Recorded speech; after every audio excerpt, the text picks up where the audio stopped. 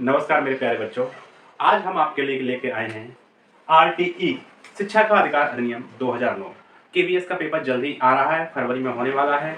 DSSB हम यहाँ पे राइट टू एजुकेशन एक्ट 2009 इस तरीके से पढ़ेंगे कि आपके केवीएस के पेपर में भी काम आए, आपके डीएसएसबी में भी काम आए, एलबीएस में भी काम आए और आपका एमपी टेट या किसी भी सीडीपी में काम आए। जहाँ पे आरटी एक्ट पूछा जाए वो आपके काम आए।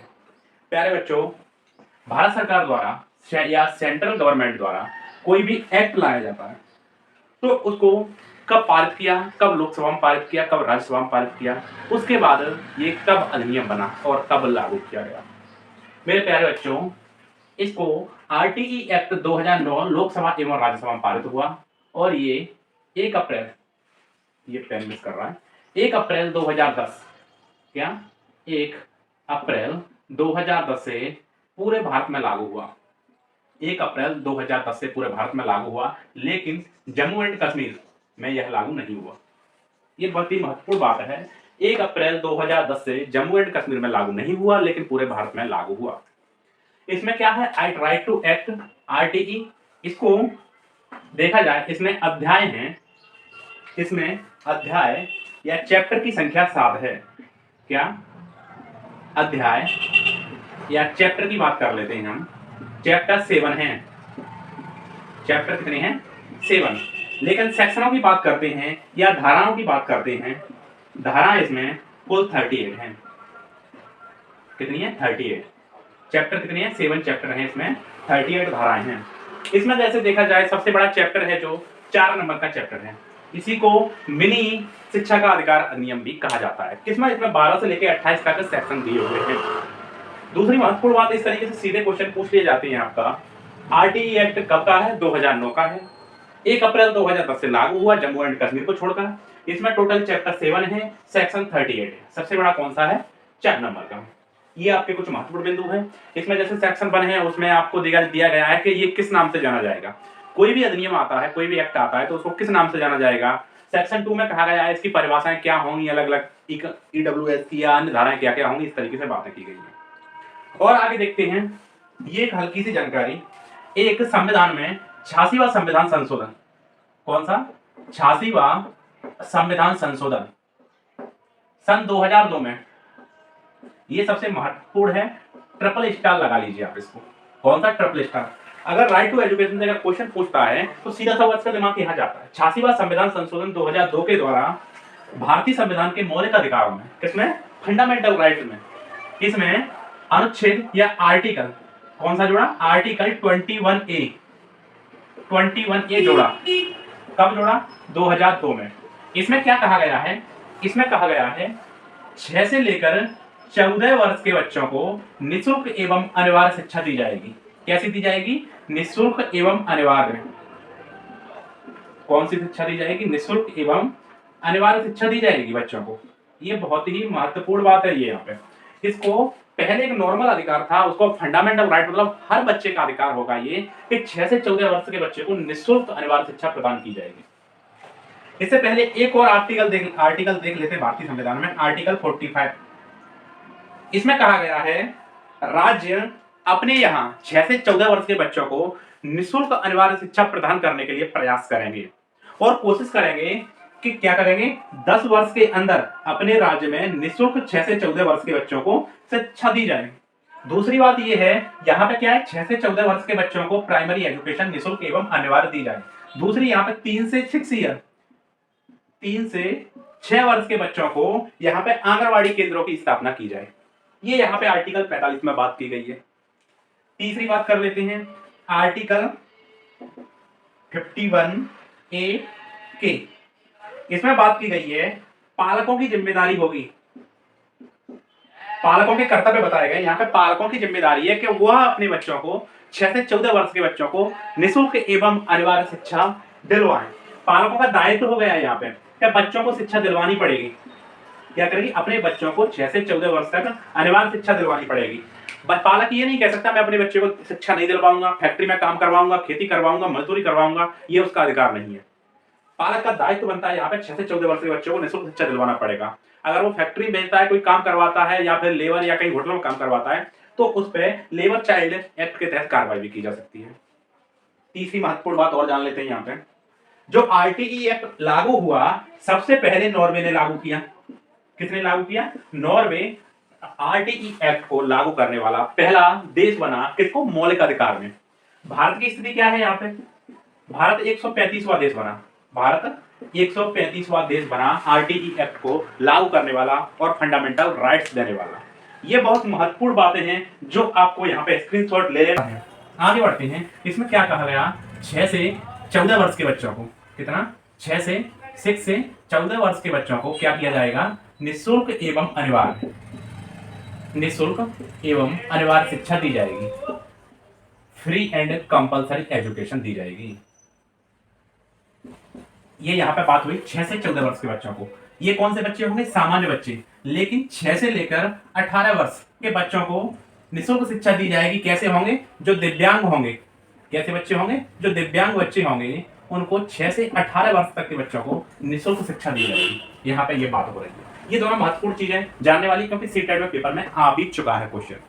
आगे फिर जानते हैं हम यहाँ पे 6 से 14 वर्ष के बच्चों को निःशुल्क अनिवार्य और 6 से 18 वर्ष के बच्चों को शिक्षा दी जाएगी। अब प्रतिबंध क्या लगेंगे? जो ये आरटीई एक्ट आया, पहले क्या करते थे? शुरुआत में जैसे पढ़ा हुआ अपने पिताजी से, दादाजी से आप सुनेंगे, खूब कुटाई करते थे बच्चों की, खूब मुर्गा बनाते थे, खूब तरीके से, मतलब एक तरीके से डांटना पीटना। बच्चों से पालक थे वो, बच्चों से कह के आते थे कि मेरे बच्चे को तो आप कुछ भी करना है, डांटना पीटना, पर इसको पढ़ाना है। लेकिन वर्तमान जो आरटीई एक्ट शिक्षा आया, इसमें प्रतिबंध लगा दिए गए टीचरों के ऊपर। क्या लगा दिए गए? प्रतिबंध लगा दिए कि बच्चे को डांटना नहीं है, पीटना भी नहीं है। क्या नहीं करना? डांटना, पीटना, घूरना और मानसिक तनाव किसी भी तरीके का नहीं देना है। ये प्रतिबंध लगा दिया। टीचर किसी भी कंडीशन में बच्चों को नहीं डांट सकता, ना ही कुछ बोल सकता एक तरीके से। दूसरे क्या बात करी गई? स्कूलों में कोई फीस नहीं ली जाएगी, नो फीस। ये जो बात किसकी हो रही है? ये पूरी आरटीई एक्ट है, ये लागू होता है ओनली ऑन गवर्नमेंट स्कूलों पे। किस पे? गवर्नमेंट स्कूल पे लागू होता है। ये प्राइवेट स्कूलों पे आप अधिकार नहीं जमा सकते। नो फीस, डांटना पीटना घूरना, डांटना पीटना घूरना लागू होता है, पर नो फीस का जो है वो है किसमें? गवर्नमेंट स्कूल में। Number 3, admission. एडमिशन है जो कभी भी किया जा सकता है। एडमिशन के लिए कोई भी स्कूल मना नहीं कर सकता, लेकिन कब? 30 सितंबर से पहले करना होगा आपको। 30 सितंबर से पहले करना होगा। ये नहीं है कि आप मार्च में चले गए, अप्रैल में पेपर है, कि साहब हमारे बच्चे का एडमिशन कर लो। ऐसे नहीं किया जा सकता। एडमिशन कभी भी किया जा सकता है, लेकिन 1 अप्रैल से 30 अप्रैल के बीच में ही किया जा सकता है। चौथा, अगर 6 साल के बच्चे के लिए आप एडमिशन करने जा रहे हैं तो कोई भी सर्टिफिकेट, बर्थ सर्टिफिकेट की अति आवश्यकता नहीं होगी। बर्थ सर्टिफिकेट कंपलसरी नहीं है यहाँ पे। आप कोई भी सरपंच का या आप सेल्फ डिक्लेरेशन के द्वारा आप बर्थ सर्टिफिकेट दे सकते हैं और बच्चे का एडमिशन किया जाएगा, मना नहीं किया जा सकता। यहाँ बिठा दूं मैं। ये सारी चीजें आपने जानी, और भी हम जानते हैं, क्योंकि सारी चीजें ये महत्वपूर्ण चीजें। बच्चे पे आप प्रतिबंध नहीं लगा सकते, बच्चे को घूर नहीं सकते, पीट नहीं सकते, डांट नहीं सकते। ये सारी चीजें, बच्चा मतलब मस्ती ही मस्ती करेगा, और बच्चे को फेल नहीं कर सकते। अगर 6 से 14 वर्ष का बच्चा है, उसको आप क्या नहीं कर सकते? फेल नहीं कर सकते आप। मतलब फेल, 8वीं क्लास तक बच्चा फेल नहीं होगा, उसे पास करना होगा। लेकिन आरटीई एक्ट संशोधन आया 2019 में। क्या आया? संशोधन आया कि टीचर परेशान हो गए थे, जो बच्चा पढ़ रहा है, नहीं पढ़ रहा है, कुछ भी कर रहा है, उसको 9th क्लास तक लाना ही लाना है। तो फिर क्या किया? 2019 में एक संशोधन आया, उसमें कहा गया क्या? कोई भी सरकार, केंद्र सरकार ने बात अपने ऊपर नहीं ली, राज्य सरकार, कोई भी सरकार 5th क्लास या 8th क्लास के बच्चों को, अगर वो कमजोर हैं, अगर परीक्षा में फेल हो जाते हैं, तो उन्हें 2 माह अलग से पढ़ाया जाएगा। क्या किया जाएगा? 2 माह अलग से पढ़ाया जाएगा। अगर वो फिर भी फेल होते हैं, उसके बाद राज्य सरकार, स्टेट गवर्नमेंट डिसीजन लेगी कि उसे उस बच्चे को फेल करना है या आगे अगली क्लास के लिए पास कर देना है। तो ये किसके ऊपर छोड़ दिया? राज्य सरकार के ऊपर। तो मध्य प्रदेश में भी इस समय लागू कर दिया, किसी बच्चे को फेल कर सकते हो, बोर्ड एग्जाम परीक्षाएं ला दी गई हैं। ये आपने पढ़ा। अब पढ़ लेते हैं हम टीचर के बारे में कुछ महत्वपूर्ण। प्राइमरी टीचर जो होगा, अपर प्राइमरी टीचर होगा, वो क्या करेगा? जैसे प्राथमिक शालाएं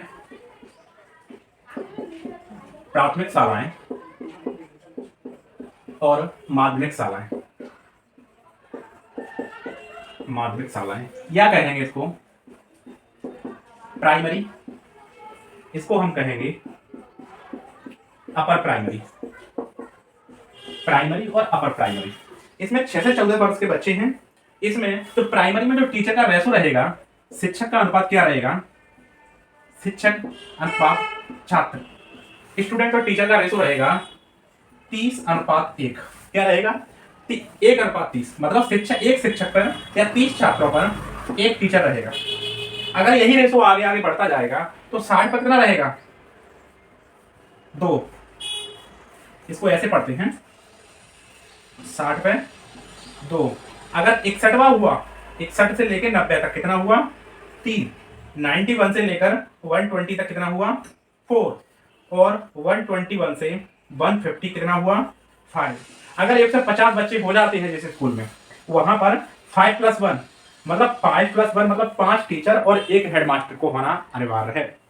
क्या होगा, 5 टीचर और एक हेडमास्टर का अनिवार्य है अगर 150 से प्लस टीचर हो जाते हैं तो।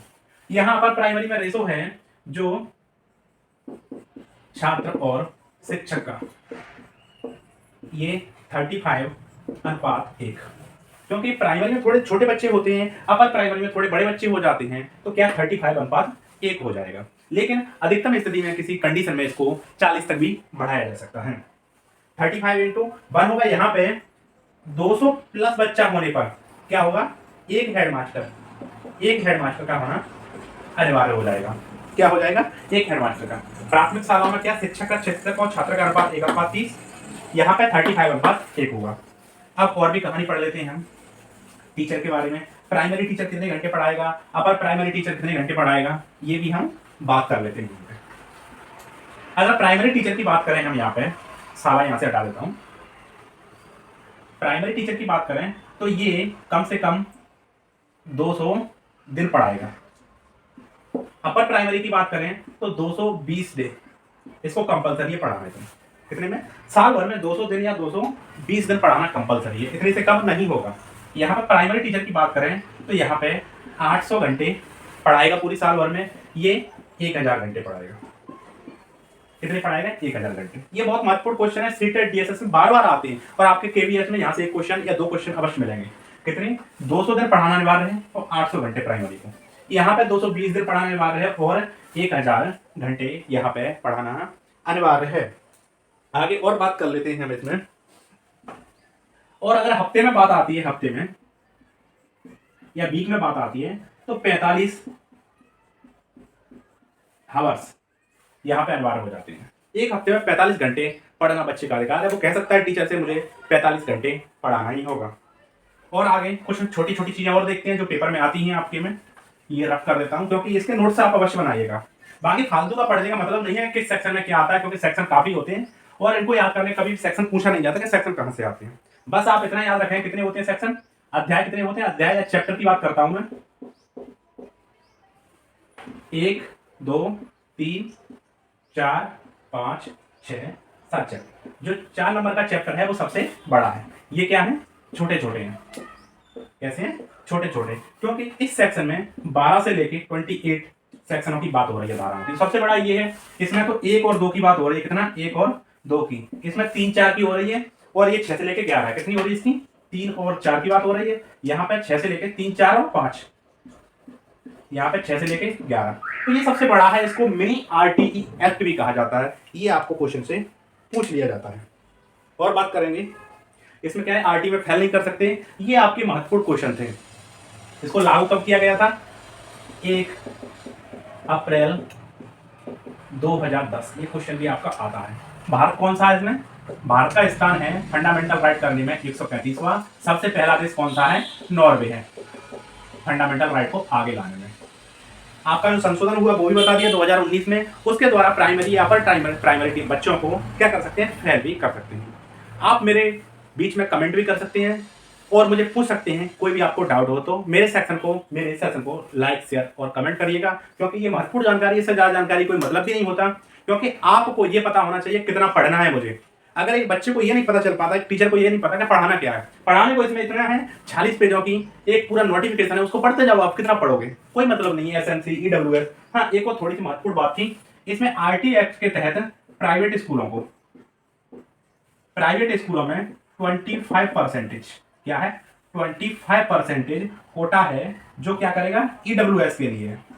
इकोनॉमिकल वीकर सेक्शन, मतलब इसमें सामान्य और पिछड़ा कोई व्यक्ति, इसमें जो कमजोर है, गरीब परिवार का है, वो इसमें निःशुल्क शिक्षा का अधिकार रखता है। कोई भी बड़े से बड़ा स्कूल हो, उसमें 25% निःशुल्क शिक्षा दी जाएगी और बच्चों को लिया जाएगा। जो बीपीएल परिवार के होते हैं या कमजोर परिवार के बच्चे होते हैं, वो यहाँ पे आ सकते हैं, क्योंकि समानता का सिद्धांत है। आप इसको अब सब्सक्राइब भी कर दीजिए, शेयर और लाइक कर दीजिए। Thank you.